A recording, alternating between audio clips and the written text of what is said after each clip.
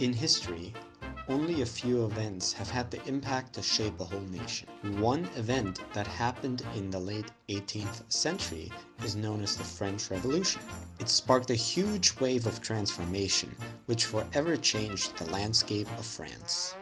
Back then, King Louis XVI had to make every decision in France, but he unfortunately didn't have an idea of how the conditions were for the citizens. Eventually, his citizens began to wonder whether he was still entitled to lead them. The king was weak and indecisive at the time, so he alienated the aristocracy that wanted to protect its privileges. Even when the country was on the brink of bankruptcy, the king turned a deaf ear. Therefore, the French Revolution had to do with the financial crisis that hit France in the late 1780s. This financial crisis allowed weaker classes in French society to rise up and attempt to grab a larger amount of power. The first major change we see is the change in the political system. Nationalism started to rise up, and therefore the power of the people also rose. So this was really the emergence of a national state. Apart from King Louis's neglect for his people, the luxurious lifestyle of the king's court of Versailles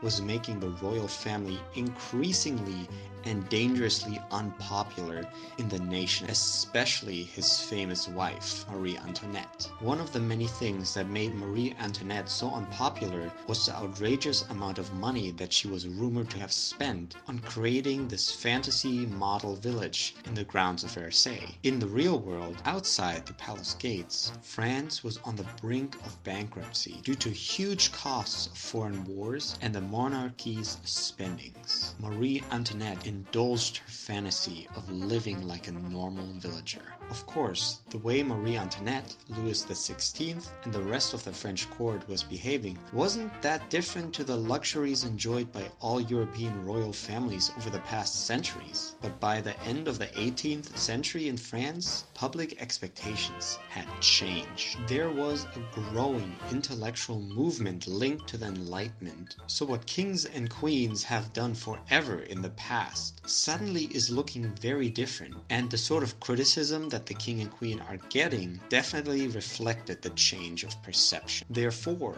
a group of revolutionaries entered the picture, who were a mix of thinkers, philosophers, lawyers, and commoners. These people, such as Maximilien Marie Isidore de Robespierre, Marquis de Lafayette, and Jean-Paul Marat, emerged as key figures in the fight for change. At some point, Louis XVI caught wind of the rebellious public mood in Paris and the rise of these revolutionaries. So in his attempt to raise more money, he introduced new taxes that finally sparked a full-scale uprising in 1789, which started the French Revolution. The event that started the revolution happened on July 14th, 1789, which was when civilians of France stormed the Bastille, a huge prison in Paris. Not long after the storming of the Bastille, Marie Antoinette's dream world fell apart when thousands of women marched and stormed the royal palace of Versailles, demanding that the monarchy move back to Paris. At first, the royal family lived fairly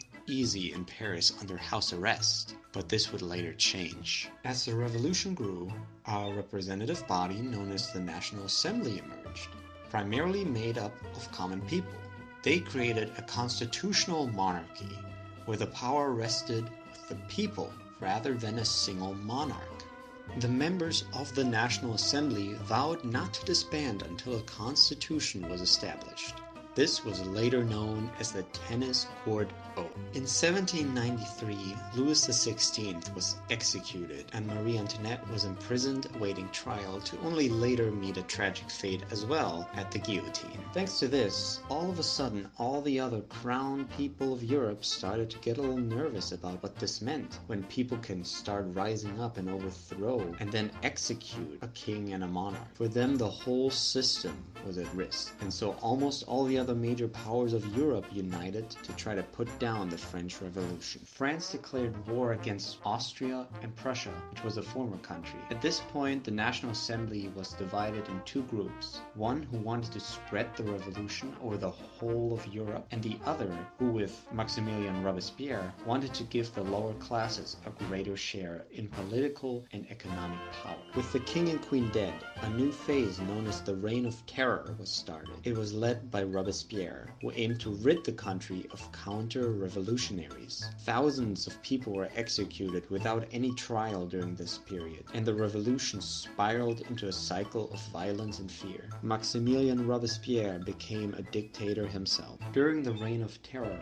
Robespierre and his committee used dictatorial control over the French government, and in the spring of 1794, the committee created a law which suspended the right to public trial and left the jury with two choices, one of freedom or death. The Great Terror followed, in which thousands of people were executed. This also contributed to the fall of Robespierre himself.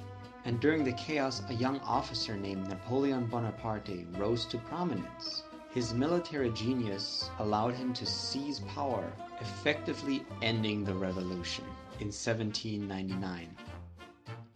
Though the French Revolution eventually gave way to the rise of Napoleon, who with all his good and bad deeds deserves his own little documentary, the revolution's principles of liberty, equality, and fraternity inspired multiple movements around the world, and it shaped the course of history forever.